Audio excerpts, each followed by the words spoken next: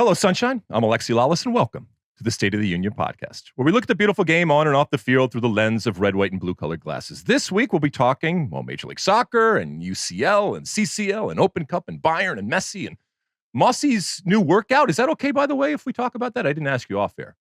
Sure. All right, I didn't ask you beforehand, so I kind of threw this on you. Nathan from Lasso, John Wayne Gacy, Wait, Gyasi Pulisic, Flight of the Phoenix, and so much more. First joining me, as always, my friend, my colleague, my guiding light, David Mosse, a soccer savant and a Fox Soccer researcher and writer extraordinaire. Mosse, how are you on this Monday, April 25th in the year 2022? I am doing very well. It's a busy week for us here on the State of the Union podcast. We've got this tape and we've got interviews lined up, right? Yes. An interview will be dropping later on this week. We're about to do that here in a little bit with Jessica Berman, the brand new commissioner of the NWSL. So I'll be interested to see what she has to say about that league, which is just basically kicking into its 10th season, but its 9th regular season because they skipped a regular season with the pandemic. So yeah, look for that in your feed later on this week.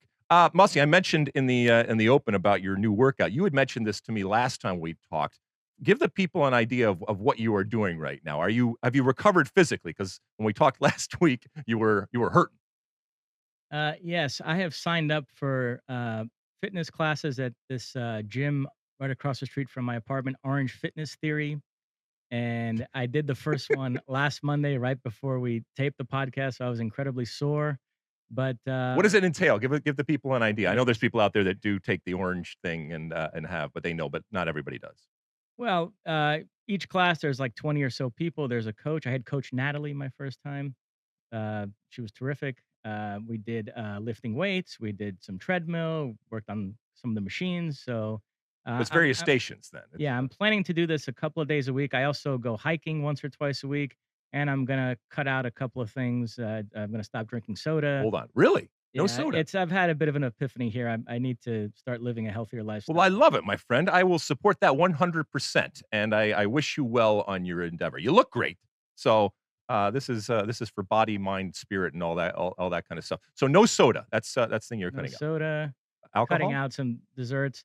Well, we don't want to go. We don't want to go over. Cut down on alcohol. I still need that beer every now and then after a particularly tough podcast. Right. Listen, everybody out there can completely relate and understand. Understand. All right. Well, good luck. Good luck with that. And it gets better. Any type of workout, eventually the muscle confusion abates, and you figure out what's going on. So I hope you see the results, not necessarily the physical results, but I hope you feel better about yourself. And I think everybody would join me in wishing you well and congratulating you, praising for doing something like that.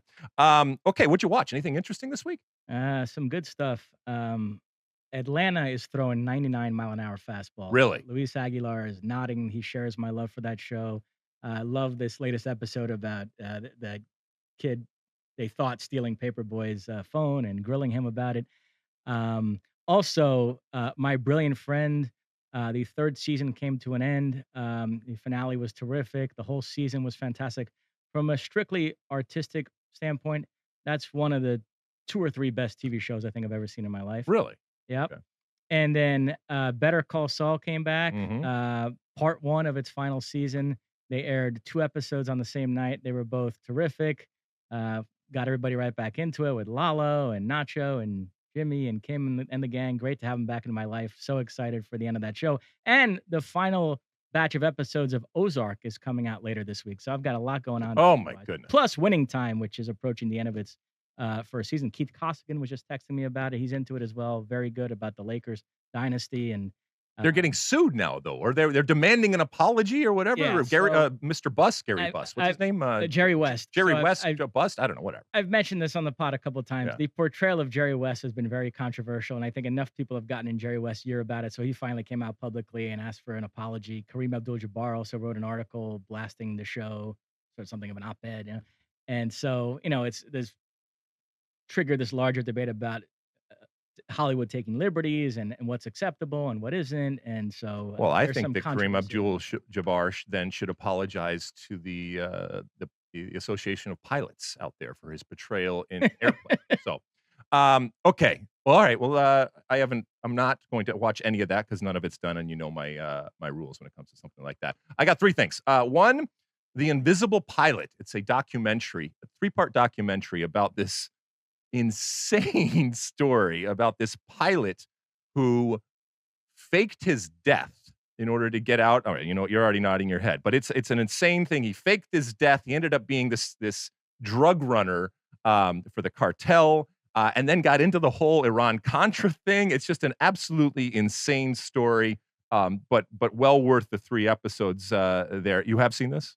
I believe it's called The Invisible Pilot. Yes, The Invisible Pilot. Yes. Yes, I did. I watched all 3 episodes, gobbled it up.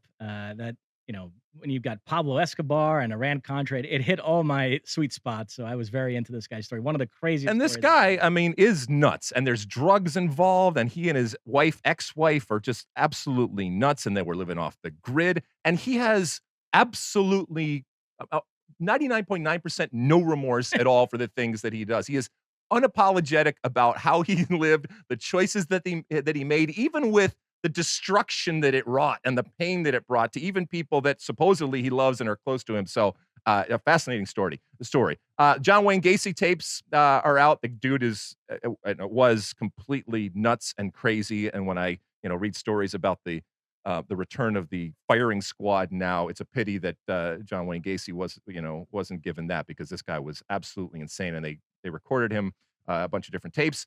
And then back in the vault, if you will, Flight of the Phoenix from 1965, starring Jimmy Stewart, Sir Richard Attenborough, Ernest Borgnine, among others. It was an incredible ensemble cast about a flight that goes down in the middle of the desert, and these guys have to band together to actually reconstruct a smaller version of the airplane and fly it out in order to save their lives. And it still holds up. It's really really good.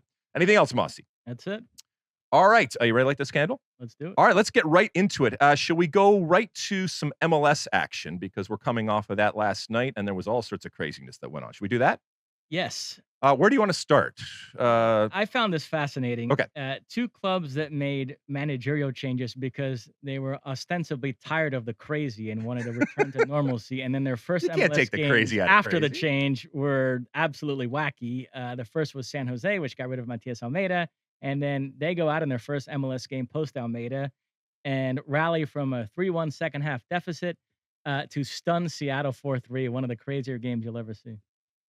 So yes, they continue with the crazy in San Jose. I will say this about the Seattle Sounders. And I had to go with them a couple weeks ago when Brian Schmetzer, the head coach, decided to start the B team at home against Inter Miami, and they got exactly what they deserved, and they lost. So this week, which is, by the way, even closer to CCL, which evidently they're putting all of their eggs in that basket, which is fine. It's a decision you're going to make. Okay, fine. So this week, though, they start everybody. They start their A team away in San Jose. At one point, they were up 2-0. At one point, they were up 3-1, and then they contrived to lose this. So it doesn't matter whether it's the A or B team. Evidently, this Seattle team is not good right now in Major League Soccer. Maybe they're all thinking about CCL, and we're going to talk more about CCL because it's upon us this week. But you better win CCL, because this is not a good showing from the Seattle Sounders. To your point, in San Jose, I don't think necessarily anything has changed, but it was fun to see, and there wasn't necessarily that man-to-man marking that became kind of a hallmark of Matias Almeida. But I don't think that this signifies that they've turned a corner and everything is happy days going forward through San Jose. It was a fun game and a great result for San Jose. We praised Stefan Fry for his play in the Oh my God. second leg against NYCFC. The goal that made it 3-2 is one of the biggest howlers you'll ever see. I couldn't believe very it. Such a strange. great goalkeeper. It's very strange, I mean, it comes from the side, and it's a cross. Let's be honest. It's a cross. It's got a little knuckle on it, but not enough where he should have dorked out in the way that he did in that moment. So it's very strange from an incredible goalkeeper who we were we were just talking about how great he was in CCL. So yeah, that was not good. Not a good moment for Stefan Fry. This year, let's be honest, we've talked about goalkeeping errors a lot from Major League Soccer. It seems to be a trend going forward. All right, what do you want to go to Well, next? I should say the winner there came in stoppage time, a penalty, which I thought was the correct decision. I don't know if you had an issue Yeah, with it. yeah, penal, claro, And clarissimo, as we say. Christian Espinoza converted. He got a hat trick in this game, so San Jose took it 4-3. And then the other instance I mentioned of a team that made a managerial change and won a wacky game this weekend was DC United. They bid farewell to Hernan Losada. It was interim boss Chad Ashton in charge this weekend, and all they do is go out and beat New England, who have now lost 6 of their last 7 in all competitions. For DC, that Greek player they signed, who they were able to bring in Taxi. earlier than expected, Fountas, 2 goals and 1 assist for him. He looks like he could be a impact player there. And so, what did you make of this one? Another game that, while exciting and interesting and fun, I don't necessarily think that this is the new and improved DC United. It was really interesting though after the departure and the firing of Hernan Losada. To read some of the articles, and there's a great article in the Athletic that kind of details the breakdown of communication, and I think just the real difference in philosophy that he had coming in. And one of the things that the players, and this was anonymous as it oftentimes is, which rubs me a little the wrong way, but I get it. I understand. I mean, if you're going to take a shot, especially at an outgoing coach, then have the balls to put your name to it. But anyway, one of the things that they talked about was this concept of monitoring the players when it comes to the food that they eat and their weight. And look, I'm sorry, okay? If that's what is irritating you, then you're soft. You have chosen, all right? Nobody is forcing you. You have chosen to be in a business and in an industry that is dependent on your physical fitness. That's a coach or your employer would want to monitor it in order to get the best out of you that gets the best out of the business should come as a surprise to no one. And so if you want to go and sit in a cubicle and get as fat as you want to get, fine, go ahead. But if you're a professional athlete, your physical fitness is going to dictate how good you are. And so I think it's completely justifiable for a coach or for a club to be monitoring it and to be concerned when it is a problem because it is affecting your ability. And by the way, this applies to all athletes that are in a physical type of sport. I guess it doesn't necessarily apply to, I don't know, pool. I don't know if that's a sport, but anyway, you know what I'm talking about. Men, women, it doesn't matter. It is absolutely, I think, justifiable and fair and valid to question, and in a case internally, to monitor something like that. And if you don't like it, it's not fat shaming. Okay, if you don't like it, then go find another profession that doesn't rely on your physical ability. So and I'm not saying that firing Losada wasn't the thing to do. He also came in, and I think he wanted. It's one thing if you want to change the culture. It's another thing if you want to go completely to the opposite end of the spectrum, which I think he did, and I think it was difficult to digest. And you definitely have to read the room in terms of the things that you do and say. And but anyway, with regards to the result, DC United, thumbs up, well done. You gotta win. I like San Jose. I don't think that this is already a new beginning and a completely change of who you are. It's interesting with Almeida and Losada getting sacked, and same thing with Bielsa in the Premier League. As fans, your head tells you, yeah, you look at the results, I get it.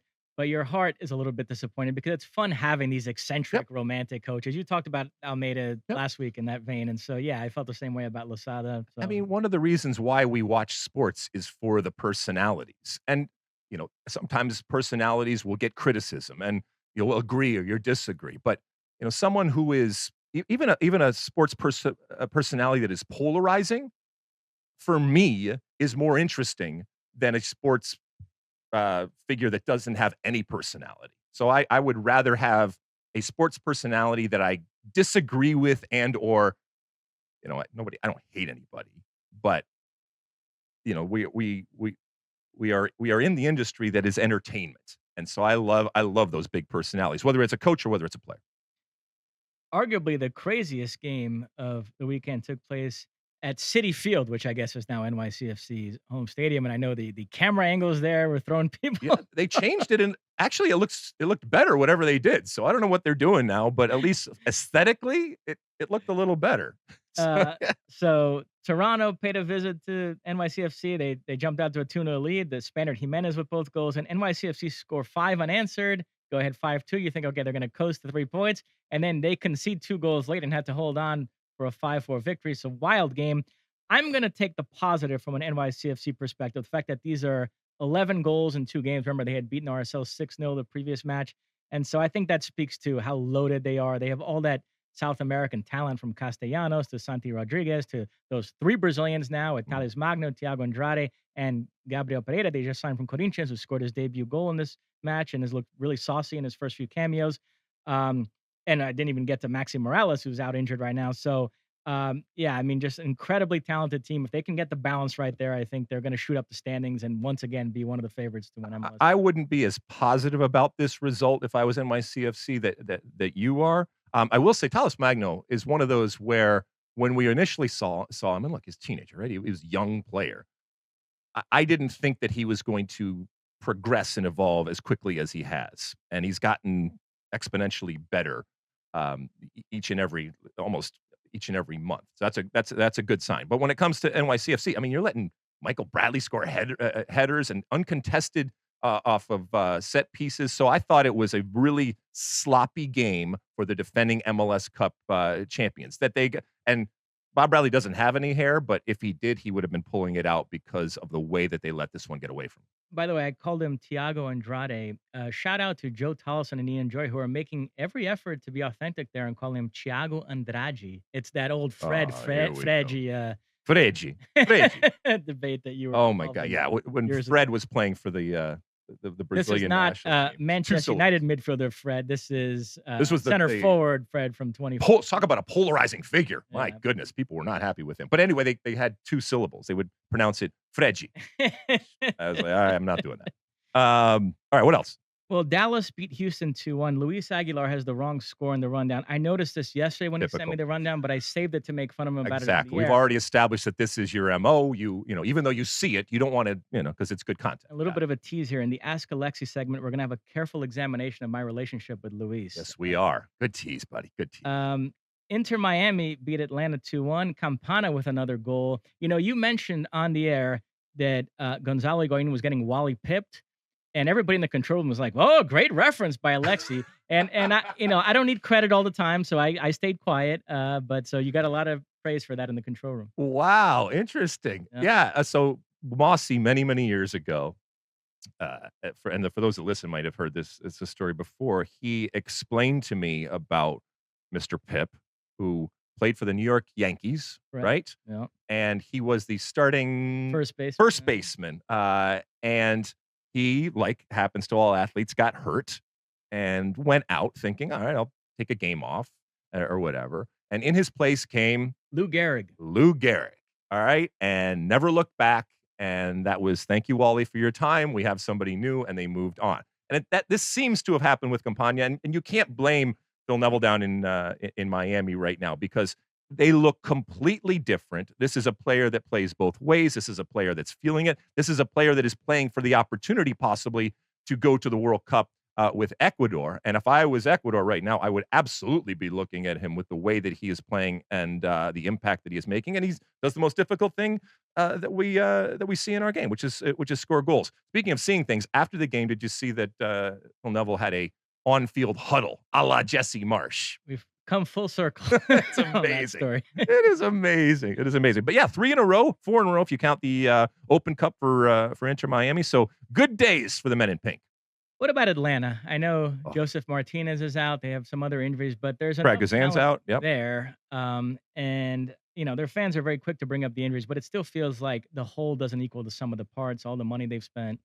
Hey, listen, Seattle still has found year after year to deal with injuries and deal with people leaving, and the best clubs in the world figure out a way to use that depth and to patch up whatever is ailing them at the time. And this is, one of those, well, I'm gonna give them the courtesy of calling them elite, but still, it's constantly about what you have done before, and what you did before was now multiple years ago. And so I'm not sure that they deserve the elite moniker right now. No, I'm sure they don't deserve it right now, but I still hold out hope for them. Our game on FS1 on Sunday, LAFC rallied in the Mhm. second half to beat Cincinnati 2-1. It's interesting. It's not as flashy from LAFC as it's been in past years, but just really solid group that finds ways to win. Their goals came courtesy of Kellen Acosta and Danny Musovski. They were the 11th and 12th different goal scorers for LAFC and MLS this season. Musovski's goal was the sixth they've gotten from a substitute this season, most in the league. Um, so yeah, Steve Cherundolo, I mean, everything he has touched has turned to gold. I got a lot of respect, and I know it's early days, but I got a lot of respect for the way that he has come in. And yes, there were some changes and some important changes, especially when it comes to MLS talent coming in from the outside that has helped. Ile and Ile Sanchez and Kellen Acosta, like you mentioned, Hollingshead, these types of players that I think have made a difference, and a solid goalkeeper in Maxime Crepeau.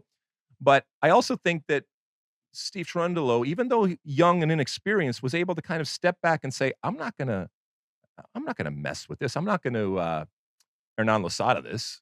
I'm gonna come in and I'm gonna let the players do what they need. And yes, having because if Bob Bradley was here, we'd say, well, you know what? It's a very different team when Carlos Vela is healthy and available, which he has been now for all of their 8 games that they have played. But it is interesting that he's not dominating in the way that we have seen in the past. And like you said, they're spreading the wealth when it comes to the goal scoring.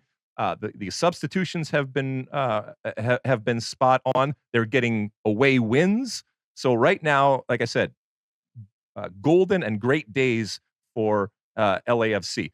Speaking of goal scoring and kind of turning it around, I know we kind of went forward a little bit, but the Minnesota Chicago game, Minnesota the Loons really finally came out of their loon shell and not only scored goals, and Reynoso, who really had not started off well this year, really kind of stepped up and said, "All right, I don't know if I'm back, but at least I'm announcing my presence again here." And they just smacked not Colorado, Chicago. And by the way, Chicago, which had started the year incredible in terms of their ability to keep goals out. They scored 3 goals on Gaga Slonina, the 17-year-old phenom, and potentially the goalkeeper for Poland or the United States, depending, because he's a dual national. So hats off to the Loons for really coming up big this weekend. Other stuff, Moss, you want to hit? well, Minnesota fifth in the West. 1, 2, and 3 are LAFC, Austin, and the Galaxy. We talked about LAFC. Let's hit on the other two. Austin thumped Vancouver 3-0. Uruti with 2, Driussi with the other. Are you buying Austin yet as a legit contender this season? I am, and I think that they have real comfort and confidence that comes from playing at home, and that's what you kind of want from a new stadium. It'll be interesting as we go forward and the Nashville Stadium opens up, how much, because sometimes you just assume that it's going to become a fortress and become that 12th man, and it doesn't always happen because it's kind of brand new to everybody, and there's a betting in type of moment. So, yeah, I am buying them in that they are improved. I don't look at them as elite, but they're certainly fun to watch. And the Galaxy beat Nashville 1-0. Joveljic with the goal. Any goal they get from somebody other than Chicharito, I think, is good news. We talked about how balanced LAFC have been. The Galaxy need a little bit more of that, not to be so reliant on Chicharito. So this was good They news. do, and he came in as a substitute, and this was a signing that came about last year, and he we didn't know nobody knew a whole lot about him. He's not a game changer or hasn't been a game changer, but to have, to your point, somebody come in and make an impact off the bench and somebody other than Chicharito, and that's all they needed. And great celebration, by the way. He went up not just to the fans, but went up into the stands with the fans, and kisses and hugs and people taking their shirt off and beer flying around. It was wonderful scenes there at the Galaxy with the win over Nashville. The Red Bulls hammer Orlando 3-0. They Oof. become the first team since the Galaxy back in 1998 to win their first 4 away games of a season. Looks like the Red Bulls are back. Brazilian designated player Luquinhas got his first MLS goal. I was happy about that. Yeah, I mean, the Red Bulls, for a number of years have been kind of boring, let's be honest, okay? But they are not only getting results, but getting results on the road here, and I think are absolutely making the case for a team that we have to pay attention to and admire because they are gonna grind, and it was completely deserved down in Orlando. Orlando was, let's be honest, Orlando was horrible this game. This was a bad, bad game for Orlando. They should refund everybody who paid money to go to that game because it was horrible from a home team perspective. What else? Anything else? Last game for me, Colorado and Charlotte played to a 0-0 draw. The big story here, Gyasi Zardes came on in the second half, making his debut for Colorado. He was traded a few days earlier from Columbus to Colorado.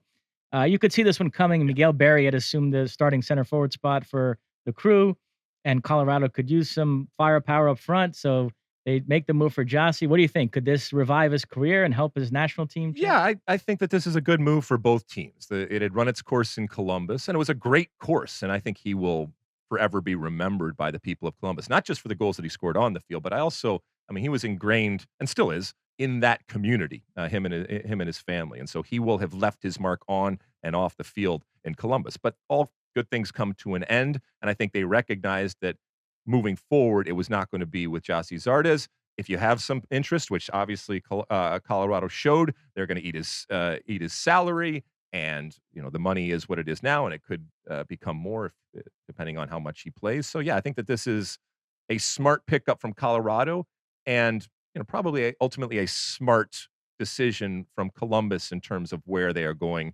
and going forward. But Columbus still has to figure it out because it has not been good this year, and Caleb Porter is going to be and is under pressure right now because this is not good enough for a Columbus team that kind of always expects after a really good year with Caleb Porter to fall down, but you can't do it 2 years in a row. You gotta come back up. We're going to talk CCL in the Ask Alexi Yes. segment, but we do have some MLS versus League MX news. We now know the particulars on the All-Star game. It'll be August 10th in Allianz Field in Minnesota, the house that Ben Grossman built.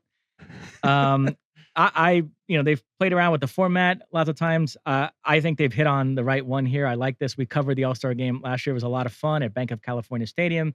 You get the skills challenge and then the game, and I loved That all was of it. the le So is that it seems long ago, but it's really not that long ago, and yet it was the coming out party for Ricardo Pepi, really. I mean, do you yeah, remember that? It yeah, was, yeah. that was nuts. Yeah, I think that this plays right into the relationship and the continued relationship, and, the expanded relationship between these two leagues in MLS and League MX. So yeah, I think it makes sense, and it'll be fun to see up there in, Minnesota, the party, both on and off the field.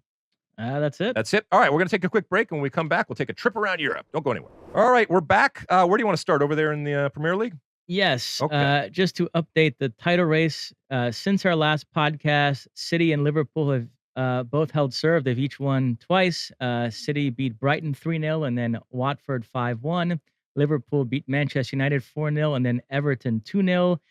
In that City 5-1 win over Watford, Gabriel Jesus had 4 goals and 1 assist. Another day in the life of one of the most confounding footballers.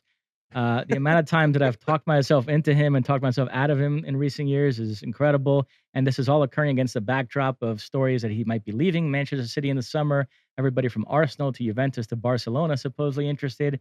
And he goes and drops 4 on Watford. As for Liverpool, I mentioned a couple of weeks ago that while they have the best squad in Europe and they were getting great results, I didn't think they had put it all together. Some of their performances were a bit sloppy. They had these weird dips within games. And I spoke to a couple Liverpool fans who agreed with me, so I don't think I was speaking out of term. We saw what it looks like when Liverpool put it all together in that Manchester United game.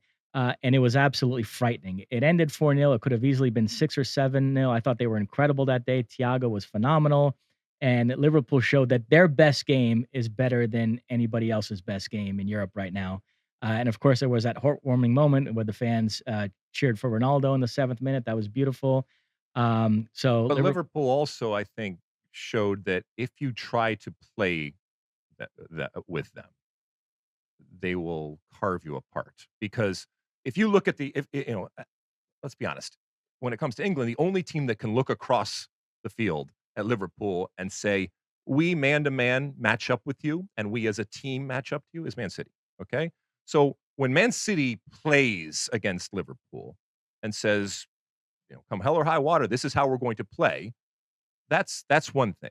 But, when an Everton looks across the field, they say, we're going to get pragmatic and we are going to do anything possible to stop the inevitable onslaught. And our best possible chance is to bunker. And bunker they did. At one point, Mosse, it was like 18% possession for Everton. And I know people were screaming about the beautiful game and all this kind of stuff. And the disparity between these two teams, okay, and that doesn't even take into account all the really struggling teams down there, is so wide that you would be a fool not to try to play like this. Having said that, they still had a couple of opportunities here, but I just thought it was weird for people to demand that someone run headfirst into a firing squad rather than to protect themselves. It was a tale of two Liverpool fans for me. Keith Costigan was very circumspect on Twitter. He said, I don't have an issue with Everton's approach. They did what they had to do to try to get a result. No problems. While our boss, Zach Kenworthy, was fuming, came in on Sunday, started yelling at me about Richarlison. He's my least favorite player. What a joke that guy is. So he was upset about it. So Liverpool fans chose to interpret. Zach, you're being incredibly elitist in the way that you're thinking that everybody should be able to play with you. I mean, give me a salary cap and give me some manufactured parity there, and then we'll see how people play. Well, we'll get to that when we talk about Bayern and PSG this weekend. But so after that loss to Liverpool, United then fell 3-1 away to Arsenal over the weekend. I thought they played better in this game. Frankly, I thought this was a harsh scoreline on them. They were the better team for large portions of this game, had loads of chances, missed a penalty, had 2 other shots off the post. Their one goal did come courtesy of Cristiano Ronaldo, his 100th in the Premier League, but they lose 3-1 to Arsenal. Ralph Rangnick more or less waved the white flag on top 4. So Eric Ten Hag, the incoming manager, who they've already officially announced, it looks like he'll be managing in the Europa League next season. Yeah, I mean, is that a bad thing for him? Maybe not necessarily.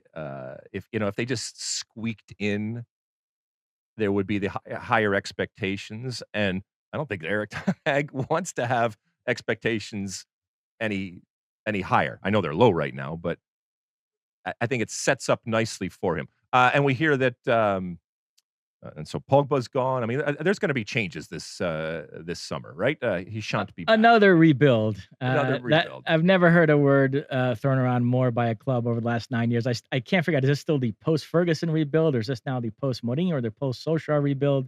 They just keep talking about rebuilding. But all rebuilds are not created equally, okay? And when you, I mean, by the way, this applies to Barcelona. We'll talk more about them later. But when you prop yourself up and you sell yourself as a super club, as an elite of the world, then don't cry when there's an expectation for you to continually live up to that. Am I saying it's easy? Not necessarily. Some places it is, and again, we're teasing everything here that's coming later. But expecting this team, when it comes to Manchester United, which has been one of the great teams in the history of the game, to live up to that, I don't think that is. I don't think that is crazy. And so, a rebuild for a team like that is very different than a rebuild for a mid-level team or a low-level team, because I don't have the patience with the Manchester United. And the reason I don't have the patience for that is because of what you have sold me. Now, if you're something completely different, if the product is completely different right now, then fine, tell me. And I'll take 5 years off and I'll see you in 5 years. And then we'll see if you've returned. All right, anyway, go ahead. As far as the top 4 race, amazing developments there. When we did this podcast a week ago, it was all doom and gloom for Arsenal. And then lo and behold, they go out, they win away to Chelsea and home to United, scoring 7 goals in those 2 games. And Tottenham dropped points again this weekend. So now Arsenal have surged back into 4th. So that race is going to go down to the wire. Those 2 teams still play head to head. So that's going to be a lot of fun. Chelsea beat West Ham 1-0. Another twist in the Christian Pulisic saga. He was left on the bench again, which had everybody on Twitter very disappointed. And then he comes on and scores the winner in the 90th minute. So U.S. fans were puffing their chests out again. And Thomas Tuchel, after the game, addressed why Christian Pulisic hadn't been playing that much in recent games, and you found his explanation interesting. So he said it was because of playing with the US, and theoretically, he's tired to travel. It's not theoretical. I mean, he's traveling, and it is a distance. But I mean, look, I don't. Why are we banging our heads against the wall trying to figure out what Thomas Tuchel is thinking when it's obvious? Christian Pulisic is not Thomas Tuchel's cup of tea. Christian Pulisic, and maybe the reason for that is because Christian Pulisic is not tea. He's a shot of espresso, he's a cup of coffee, but he's not tea. But I don't think that him coming on and scoring a goal, and for all of us kind of saying way to go because he kind of shoved it in Tuchel's face, I don't think that that's going to change Thomas Tuchel's opinion of him at all. I think that this summer there will be some real and significant talks and um, desires, I guess it would be, to either fish or cut bait. And if this is going to continue on, I mean, because right now Christian Pulisic, and it's not like every time he's on the field he's been great, and every time that he has started he has been great. But I do think, and while Christian Pulisic at times can be frustrating, I do think that he has put his head down and worked hard to get back in the good graces of Thomas Tuchel, and at the very least, do everything in his power to make himself valuable to the club. But even then, I don't think it's enough. And it's just one of those things. And I don't want to waste time and energy worrying about the fact that Thomas Tuchel doesn't like Christian Pulisic. And the thing about traveling with the national team, it's a bunch of bull. All right, let's be honest, okay? So, I mean, it's in the same way. And look, coaches do this all the time. We've seen Greg Berhalter at times talk about, well, it's the form here and this, and it's hypocritical, and we all understand that. And they're trying to paint paint something in a better or a good light, and I get it. So, as far as I'm concerned, Christian Pulisic has done everything that he possibly can, and if it's not enough, fair enough. Then let's find someplace else. Like he listens to me or should ever listen to me. Chelsea are kind of in that no man's land, not going to win the title, but definitely going to finish in the top four. Right. So there's kind of a They're playing out cruising. the string feel to their Premier League games. The big thing for Pulisic is trying to impress Tuchel enough so he can maybe start that FA Cup final against Liverpool. That's the last real big date on the calendar for Chelsea this season. Also, congratulations to Fulham. Got themselves promoted back to the Premier League. That's a club that a lot of Americans have affection for because the likes of Clint Dempsey and Bocanegra played for them through the years. Anthony Robinson, McBride, of course. Yep. Anthony Robinson, Tim Ream there now. So they're headed back to the top. It's interesting, the psychology of rooting for a club like that. Ben Grossman, who I've already mentioned once on this podcast. Wow. He's a Crystal Palace fan. Yep. And he's told me he would sign for Palace finishing 17th in the Premier League every season from now until the day he dies. He doesn't care if they ever win anything. To him, it's just about being in the show. Well, I've spoken to Fulham fans. They've had this sort of yo-yo existence the last few years, and they've said that part of them actually enjoys the championship seasons more because they get to watch a team that's good, that's on the front foot, that's winning games, lifting trophies. And so versus going to the Premier League and just battling relegation. So they're sort of torn on it. Well, Ben Grossman, no. Well, we all know that Ben Grossman has no vision. Okay, he is readily going to accept mediocrity with his team. So that's completely understandable. I love you, Ben. Next up, Serie A, where that's the other great title race going on. Inter took care of business on Saturday. They beat Roma 3-1, which meant knocking off their former manager, Jose Mourinho. So they got to sit back on Sunday and watch the other two teams play. Napoli suffered an unbelievable defeat away to Empoli. They were up 2-0 in the 80th minute and conceded 3 goals and lost 3-2. So they might be off the case. And then Milan were trailing Lazio 1-0 in the second half. Giroud equalized, and then Sandro Tonali with a stoppage time winner. So Milan, with that result, they leapfrogged back into first place by 2 points, but Inter have played one fewer game. They'll make up that game Wednesday against Bologna. So I think it's going to be between Milan and Inter and right down to the wire in Serie A. And this would be the first time in 12 years, something, over a decade that Milan, if they were to hang on, their last title was the 2010-11 campaign. Massimo Allegri was the coach. Zlatan, Pato, Robinho. Pato. Oh my goodness, that is amazing. Yeah, I mean, it's a But this is interesting at the very least. This is Oh, an absolutely. interesting run to the end here for Serie A, which is what we want. It's what we want from all leagues. In Spain, we handed out a trophy this weekend. Oh, The Copa del Rey final, Betis Valencia finished 1-1. They went to penalties. Betis took it 5-4 in a shootout. The only player to miss in the shootout was U.S. international Yunus Musah, who had subbed on for Valencia in extra time. How disappointing was that to watch? He was clearly very upset about it. yeah. I mean, well, of course he's upset about it. And it was an opportunity for an American to win hardware, and for But this is this is it's not a good thing, but it's not necessarily a bad thing for him to get this moment to recognize it. And sometimes in our excitement and zeal relative to this young U.S. national team, we forget how young they are, and we forget that they are still evolving and learning, and sometimes even just physically growing. And so these types of experiences, while painful in the moment, I think it is going to benefit them. And when I say them, not just the players, but obviously I'm looking at it from a U.S. perspective. So maybe silver lining in the moment that he went through. I mean, who knows? We might see him in November or December with the U.S. team face a similar moment and then bury it. Very happy, by the way, for Manuel Pellegrini, the Betis manager, who I've always liked. He's gotten a couple of at bats in first class. He lasted all of one season with Real Madrid. It was Cristiano Ronaldo's first year there, and then was unceremoniously dumped for Jose Mourinho. And then he lasted 3 seasons at Manchester City. Did win a Premier League title there before being unceremoniously dumped for Pep Guardiola. But he's done his best work with these second-tier Spanish clubs. Reminds me of Unai Emery in that regard. He took Villarreal back in 2006 to the Champions League semifinals, led by Riquelme. Finished as high as second in La Liga with that team. Also took Malaga to a Champions League quarterfinal and finished in the top four.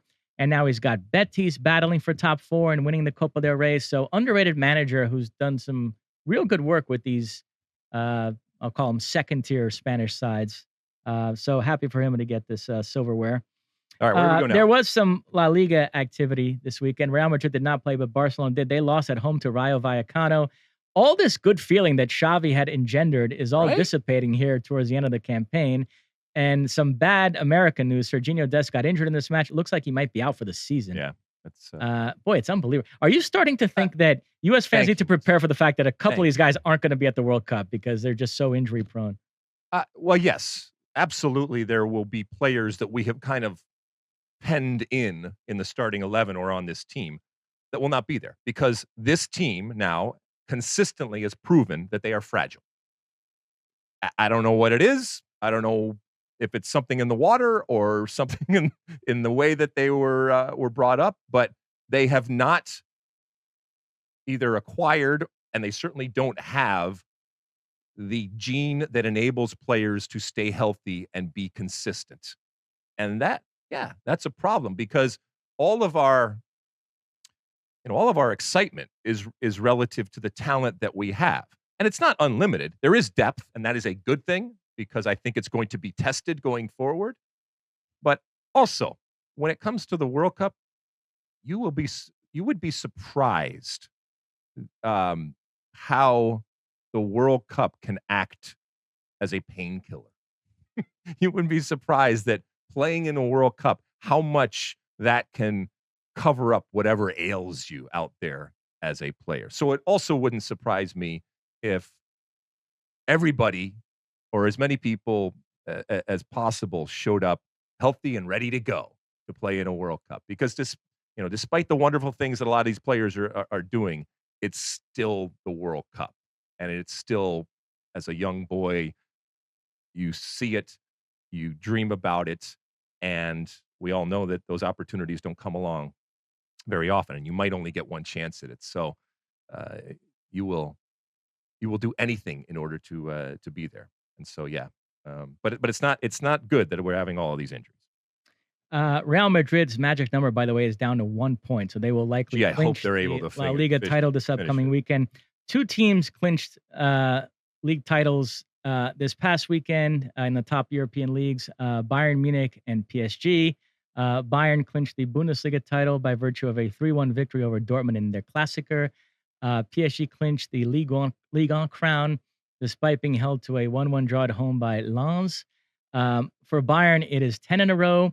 PSG have won it 8 times in the last 10 years. It's amazing how flaky they are. They've actually screwed this up twice in the last 6 seasons and allowed somebody else to win Ligue 1. But still, both these teams winning fits into this larger conversation about how top-heavy and predictable some of these European leagues have become. Everybody was bemoaning that this weekend. At the same time, though, they don't want a super league, and I agree with that. I don't want that either. But they also don't want a salary cap or playoffs. So nobody wants any of the drastic changes that might address this. They just want to keep complaining about it. And we're going to be here 5 years from now when Bayern have won 15 in a row talking about how, boy, this is a problem for the Bundesliga. It's got to change. So I don't know what to say about it that hasn't already been said. Okay, so when we go to League 1 standings, let's see. So 13 points separating the first and second. So congratulations to PSG. When it comes to the Bundesliga standings, 12 points differentiation between Bayern and Dortmund. Congratulations to Bayern Munich. But to your point that people don't want the actual fixes, it's because people are full of crap and people are hypocritical in their stances when it comes to a lot of different things. Why should I care? Why should I care about Bayern Munich winning 10 in a row? And by the way, Bayern, they would bristle at being lumped in with PSG because they feel like their success is much more organic. But when it comes to competitive and balance on the field, it's a distinction without a difference. A league where the same team wins 10 seasons in a row because they make more money off sponsorships is just as boring as one where the same team wins 10 years in a row because they have a trillionaire Arab sheik funding them. So to me, I don't Organic. those hit me the exact same way. What are they? They're not paying in lettuce. What do you mean organic? It's money. It's what it is. And it's not a pejorative. It's okay. It's money. It's all right. I get it. This is why you're why you're winning 10 in a row. Because you're good, because you have the most money. And by the way, so his fans don't get mad at me for not mentioning this. PSG drew 1-1. Their goal was courtesy of Lionel Messi, a fantastic strike from outside the box. His 4th Ligue 1 goal this season. It was interesting to see the differing reactions to winning these titles. Both of them annoyed me. Bayern Munich, they still go through this ritual of jumping up and down and pouring champagne on each other and acting like it's a big deal. Thomas Muller especially. I love the guy. He's a legend, one of the most underrated players of this generation. But his celebrations are way over the top. Reminds me of Kramer beating up the kids in karate. It's like, calm down, dude. There's 10 seasons in a row. And then PSG is the other extreme, and the joylessness of that club was laid to bear this weekend. You would have no idea that they won a league title. The fans were booing them off the field. Nobody cracked a smile. It's utterly bizarre what that because it's become irrelevant. Because it's become, and because both of these teams have bombed out of the Champions League, which is where everybody is judging them on. So your league is irrelevant. Ugh, get me started. All right, what else? Anything else? Well, and then another team that clinched a league title was Salzburg. So there's good news there in the sense that it's an American was prominently involved in Brendan Eriksson, but it does fit into this larger conversation too because it's 9 in a row for them. So not exactly a lot of parity in Austria. You've had it with anybody that doesn't recognize that America is getting this right with the parity and the cap and the playoffs. You think is just being obtuse at this point. Yeah, just don't ask me to care about it when you have all of the money, you have all the best players, and you do what is to be expected and predicted. Okay, great. Way to go, Thomas Muller. You got another one. Doesn't change who you are or who your team is. So yeah, thank you. Good job. Way to go. Brendan Eriksson. Love Brendan Eriksson. Okay. I mean, Brendan Eriksson, I think if he was here, he would say, yes, his European experience has helped him.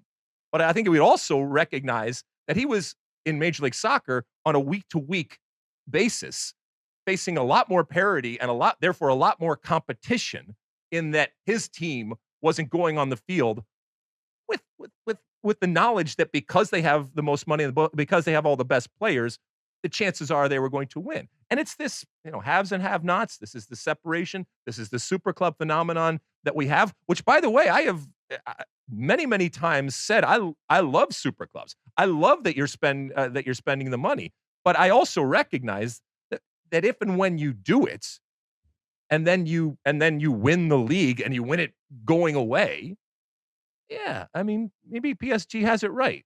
and they say, all right, we did what we had to do, but we're not going to hurt ourselves patting ourselves on the back. It's interesting too. Last thought on this, and then we'll move on. Not long ago, Serie A was tossed into this conversation as well because Juventus had won 9 in a row. But it always felt to me like Inter and AC Milan were just on downward spirals. They were getting it wrong. But the natural inclination of those clubs is to go for it and to try to win trophies. And eventually they were going to get themselves sorted, and they have. And so now they're battling for the title while Juventus, for the second straight season, is just fighting for top 4. So it can change. The problem in the Bundesliga is you don't get this sense that Dortmund, who are ostensibly supposed to be Bayern's top challengers, that they're really going for it. Even in this game this weekend, in the second half, they're down 2-1. They're still very much in it. They're bringing on 17-year-olds to make their Bundesliga debuts. They don't care. They've bought into the fact this is it. Yeah, they've bought into this idea that they're a developmental club, and that's the role they serve in the current landscape of European football. And so when the second biggest club in your country functions that way, and Bayern are able to pick off players from all these other teams in the Bundesliga, it damages the credibility even more. So I would argue the Bundesliga has it worse than anybody right now. I mentioned PSG being flaky enough that they've actually screwed this up twice in the last 6 seasons.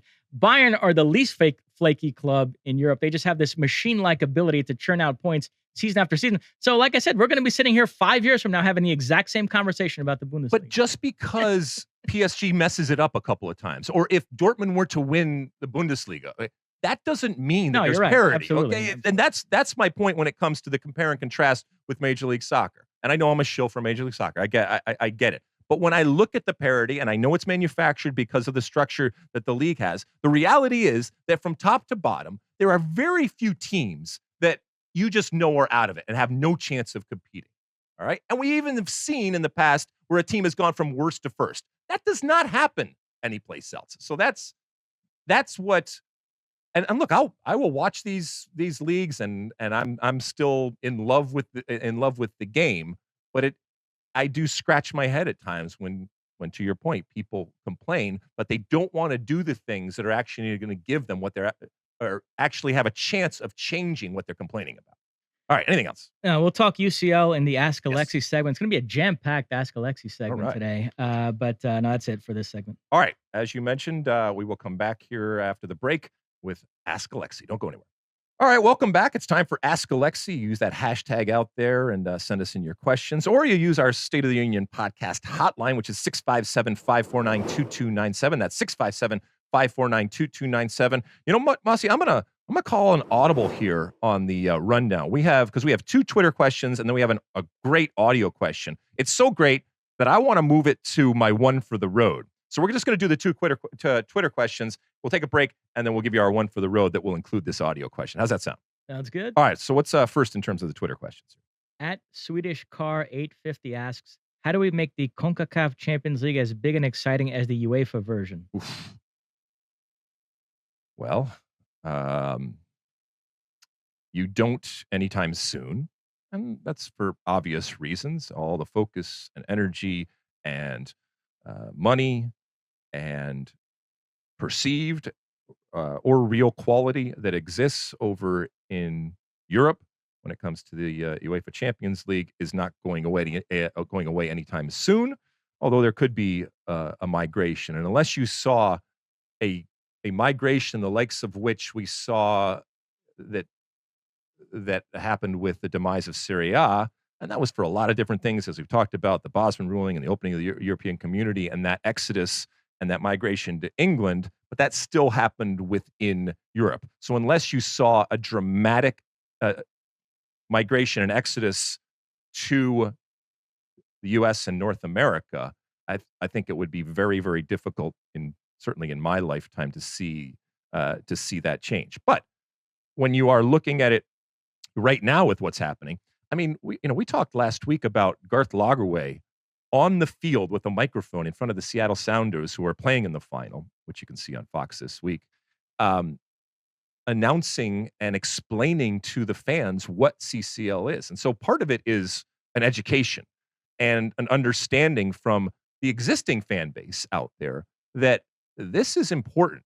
This is something that's even bigger to a certain extent than Major League Soccer and winning the league title. This is about being the champions of CONCACAF and being the champions over all of the other leagues that exist out there. And so I do think that there is an educational aspect of it that very quickly can at least have people have a much healthier, not just understanding, but respect for what the actual tournament is. And I know we want to talk about the final in both of these tournament here. But if you looked at it, what would your advice be to Victor Montaliani, the head of CONCACAF, or anybody else that's participating in it?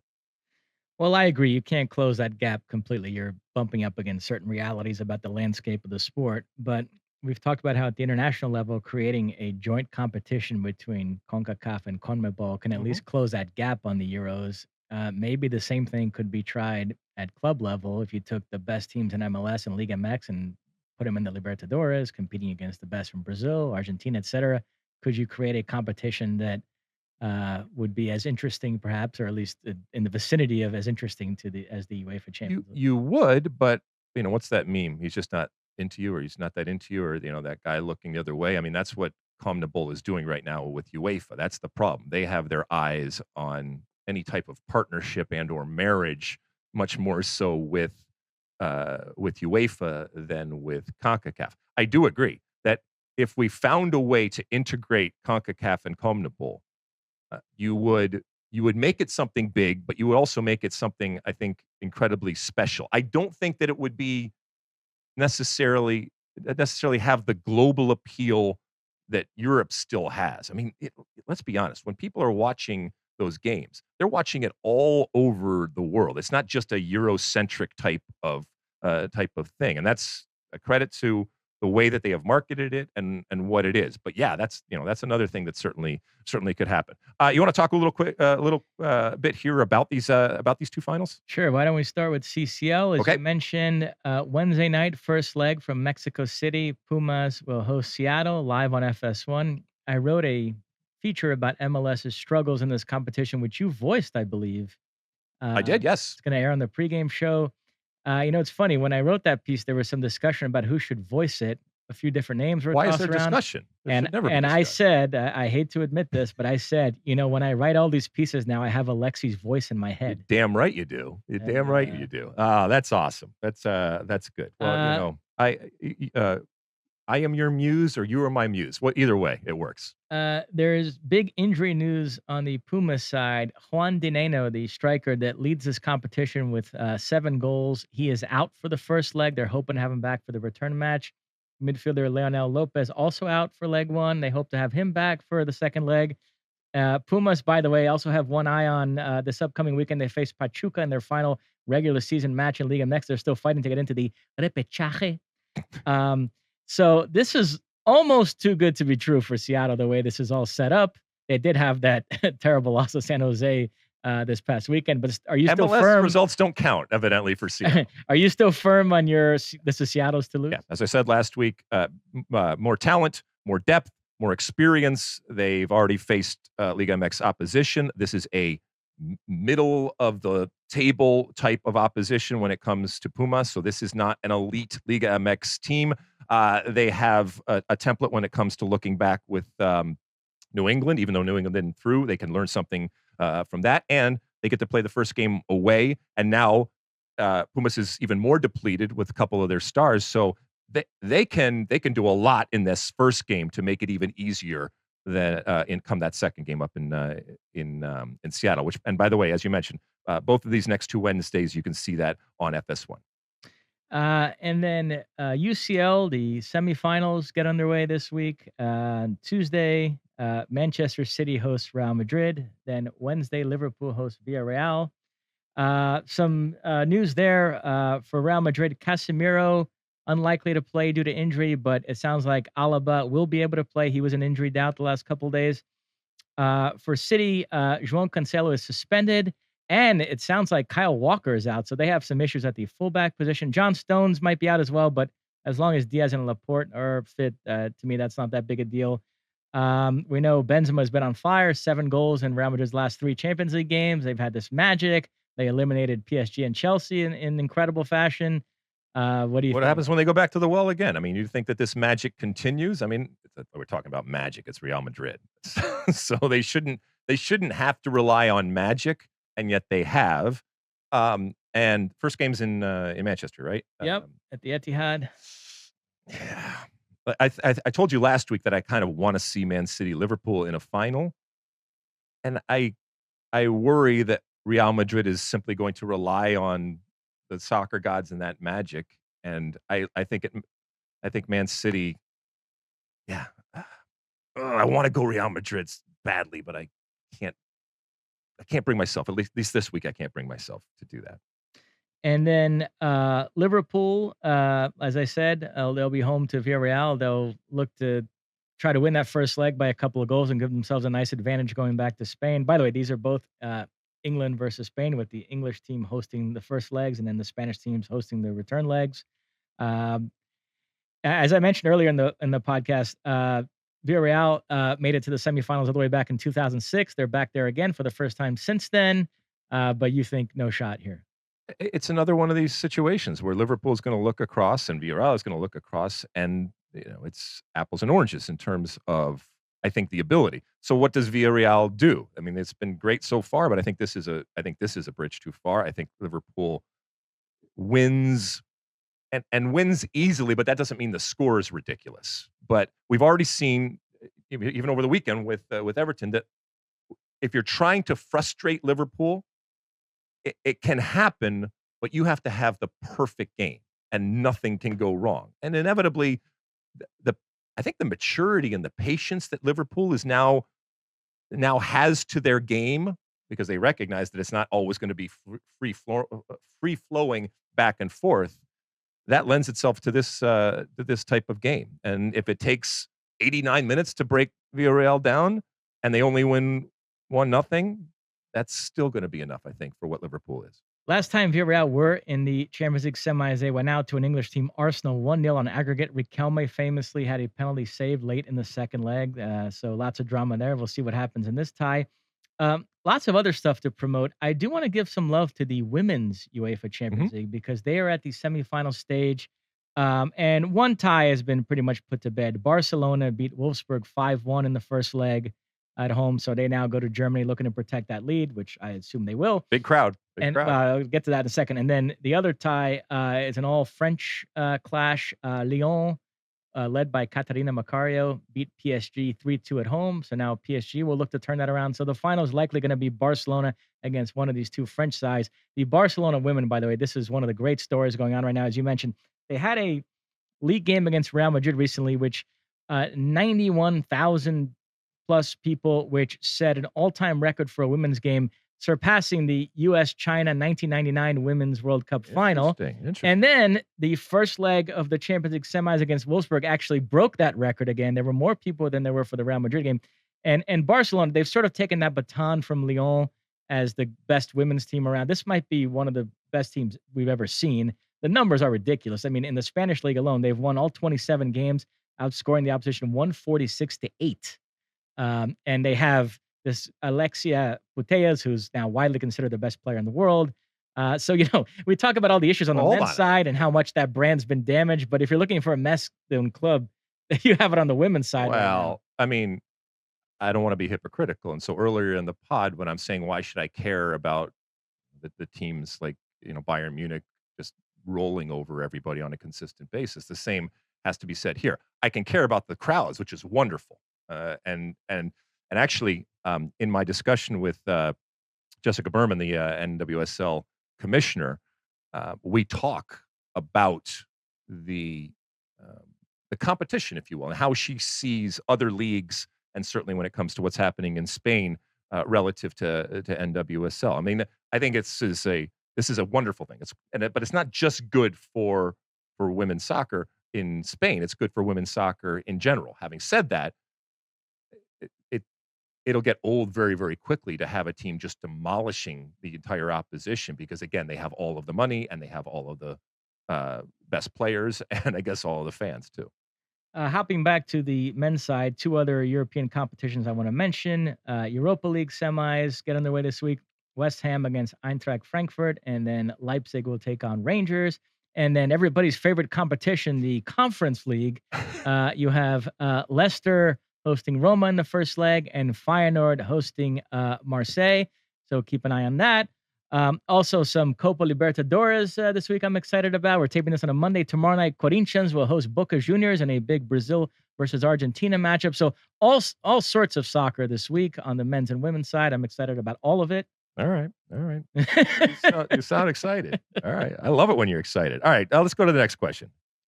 At 8Geets asks, what should we make of the number of USL teams eliminating MLS teams in the US Open Cup this year? Yeah, the third round is in the books, and 4 MLS teams bit the dust. They were Columbus, Chicago, Real Salt Lake, and Austin.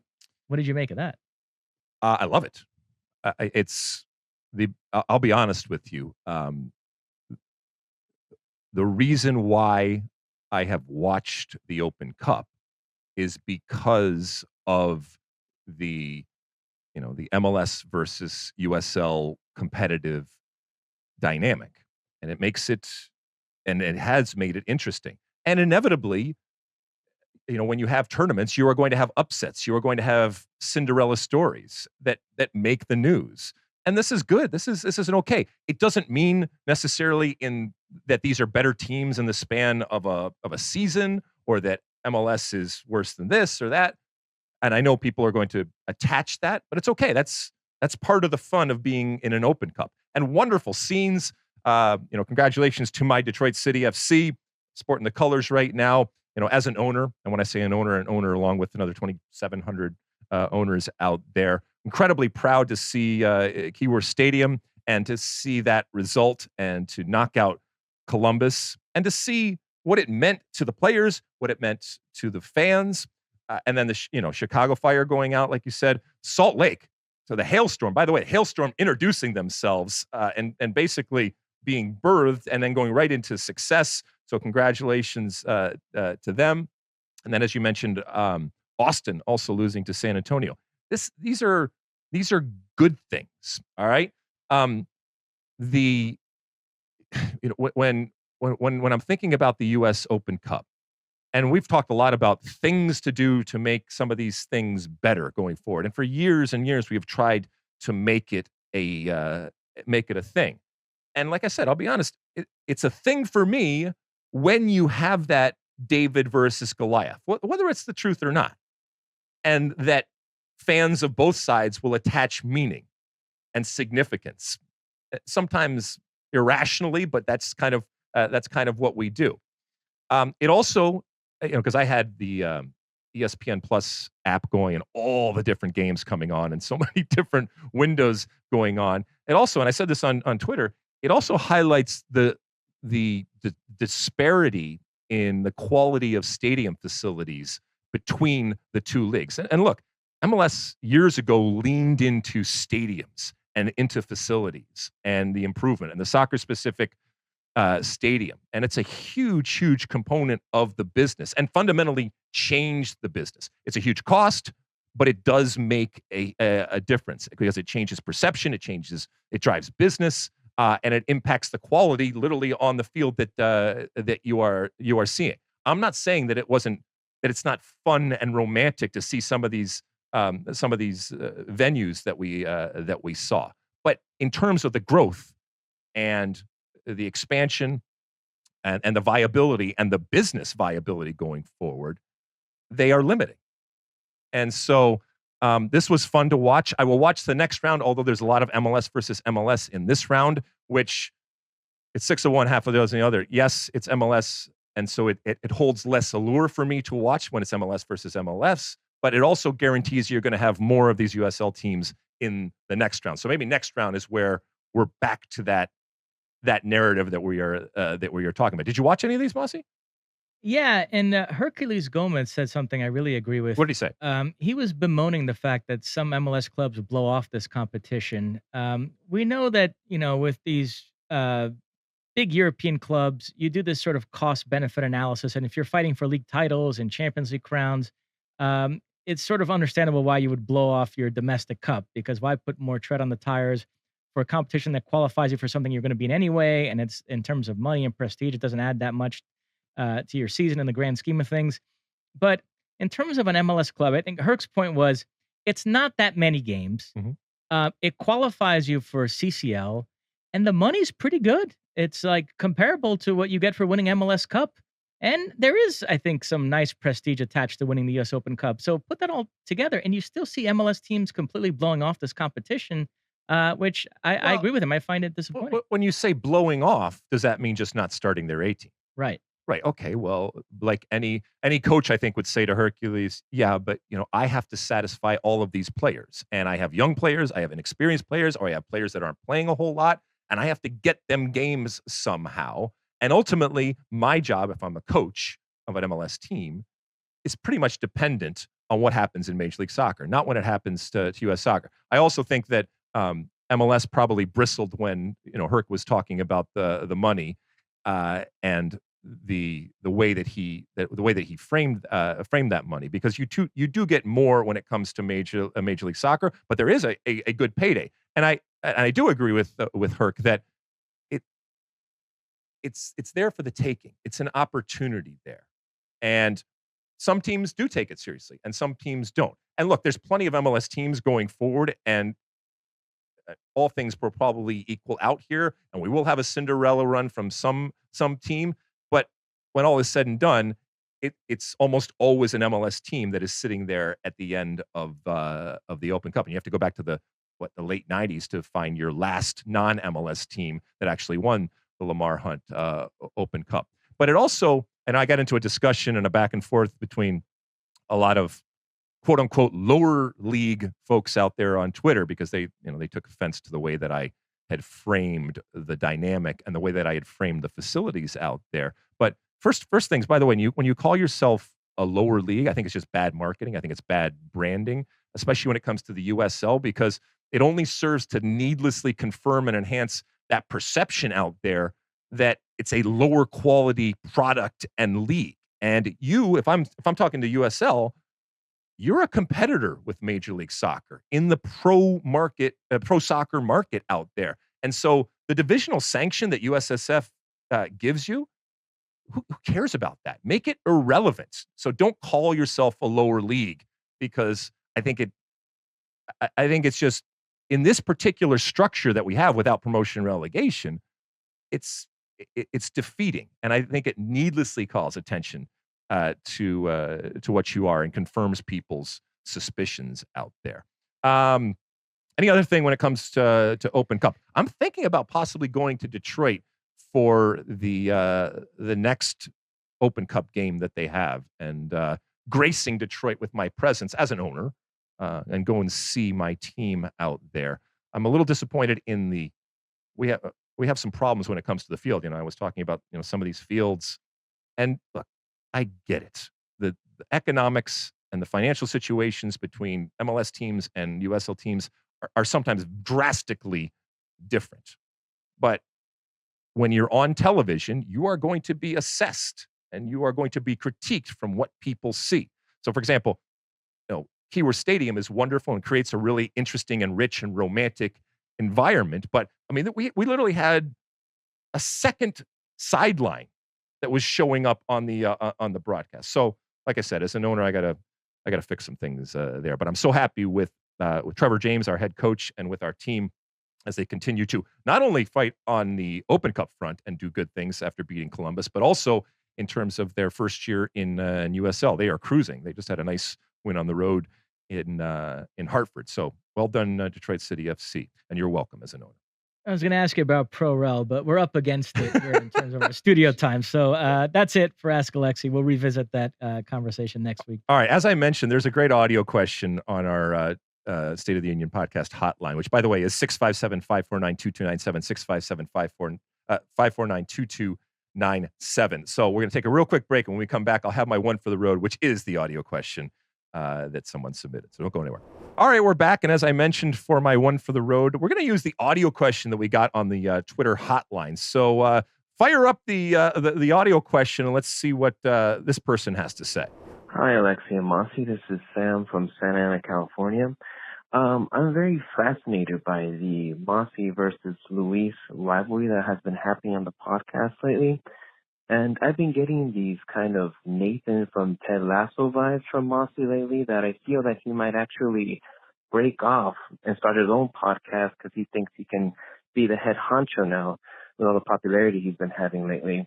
And my question is for Luis, actually. Is he ready to take on the assistant role to Alexi when Nathan Mosse inevitably moves on to his own podcast? Thank you very much, guys. Love your show. Have a good one. Bye-bye. Wow. Sam from Santa Ana bringing it. Bringing it. I love this question. Now, keep in mind that not everybody that listens to this podcast has watched Ted Lasso. So, real quick synopsis. Nathan from Ted Lasso he started out as the equipment manager. They very, very quickly found out that he was much more and had incredible insight into how to coach teams and into the game, and actually became part of Ted Lasso's staff. And he became so important that ultimately he was stolen away by the opposition. Am I framing that correctly, Yes. Mosse? All right. So then he, the theory is that maybe he's gotten too big for his britches and he wants bigger things. Before you comment, can I start on this? Sure, yeah. Absolutely. Nothing, and I mean nothing, would make me happier than if Mosse or anybody from this little world that we have created here went on to bigger and better things. As a matter of fact, I don't think necessarily I've been doing my job if I haven't at least provided an opportunity and a platform for bigger things. I think Mosse would be the first person to admit, I don't want to put words in your mouth, that we have a good working relationship and the dynamic is good. But I often think about what a Mosse podcast would look like, or any type of broadcast out there. And I know you've enjoyed it. You know, when I talk to you, sometimes you're amazed when I tell you that people come up and ask me about you when I'm on the road. So that should not be a surprise anymore to you, that you are resonating, that people out there not only enjoy what you have to say, but I think really have an affinity and a love for you. It doesn't surprise me in the least, because I know exactly what they are feeling for having worked for you for so long. And, you know, I know we joke around a whole lot, but, you know, when I come on air at the beginning of each podcast and I talk about you being this incredible savant, I hope people recognize that it's in a way that comes from incredible respect and gratitude to what you do. If there was an opportunity out there, my friend, what do you think? Would you take it? There's a lot to unpack here. Yes, there is. First off, the Nate heel turn in Ted Lasso was a plot development that Alexi and I both thought was ridiculous. It was ridiculous. Yes. So we were not happy with that development. It made me think less of that show. Number two, back when we did this podcast from a different studio, right now it'd be logistically tough. He's so far away from us, but Luis used to be closer, and I actually fought for him to be given a microphone so he could partake in the conversation. Do you remember that, Luis? Yeah, he's nodding. And so we tried that, and the results were pretty underwhelming. Great kid, but not the most gregarious personality. And so yeah, if he wants to step into my chair, I would be careful what you wish for. And I will say this: in history, there have been plenty of dynamic duos, where one or both have thought about greener pastures, and it's not always what it's cracked up to be. I mean, Sonny and Cher, and Hannity and Combs, and Loggins and Messina, and DJ Jazzy Jeff and the Fresh Prince. So once you split up a good team, it doesn't necessarily mean that both of them are going to go on to great things. And I would be interested to see what you would do differently if it was your show and solely your show. Well, let me put that to bed. I am going nowhere. I am very realistic about the fact that whatever my talents here, I am riding your coattails from a fame standpoint. If I put out the David Mosse podcast tomorrow, like 8 people would listen to it. And by the way, I don't think those 8 people would include my parents, because they love you. So I think if it's just me, I don't think they'd be bothered. So, well, to finish this up, to your point, Luis, I've never talked to him about his aspirations, but like any television studio, right? Or even a set on a movie set or something like that. Inevitably, everybody wants to be bigger and be on camera and do different things. I don't know if that is his aspiration. Having talked to him, I disagree a little bit with you. I think he would be phenomenal and he would be wonderful. I think he has a rich and interesting background, and he's got a really wry and quirky sense of humor. Maybe for a different type of podcast. Here, actually, part of the question was, if you were to start your own podcast, would it be soccer centric? I mean, obviously that's your wheelhouse, but would you want to do anything, Mosse, with regards to, I don't know, entertainment or movies or something like that? Maybe that's what you do. You just start a completely different thing where it has nothing to do with soccer. No, that'd be a bit odd. I could incorporate other subjects, but I think it would have to be soccer centric. Yeah, some pop culture stuff, maybe a little politics. Yes. Those seem like calm waters to venture. Yeah. By the way, we're learning as we're recording this that Elon Musk's offer for Twitter, which I know we do a whole lot of business on Twitter, evidently has been. The rumor is that it has been approved, and by the time you're listening to this, it might even be out there and announced. So make of that what you will. All right, but interesting question there from Sam from Santa Ana. I will say that I don't feel that Mosse is in any way becoming Nathan. I do think that Mosse has grown, and I think you'll agree with me that your persona and your character, and that's not a bad thing, it's a good thing. We all have those on television or any type of performance here. I think has grown, has evolved, and I think you've improved, like we've all improved, and we continue to improve in the things that we do, which makes you incredibly valuable to Fox, which makes you incredibly valuable to me, my friend. And I hope that we can continue on as a duo for as long as possible. Last thing to bring this podcast full circle. Yes. From my first fitness class I signed up for, I wore the Alexi Lalas State of the Union shirt. I was trying to figure out where that shirt would fit in my rotation, because I'm not going to wear it out. I mean, that's a little ridiculous, but it could be sort of a workout outfit. So, all right, it might be a conversation starter for some young ladies out there that may or may not be working out. That might be Alexi Lalas fans. Maybe, and they say, and you say, well, I know him, and he's an ass. Oh my goodness. I love you, my friend. I love that everything that you do. And Luis and everybody here, I know we can be, sometimes ornery and pains in the neck and the things that we do, but they all make us look good on a consistent basis, as you do, Mosse. And I certainly don't take it for granted.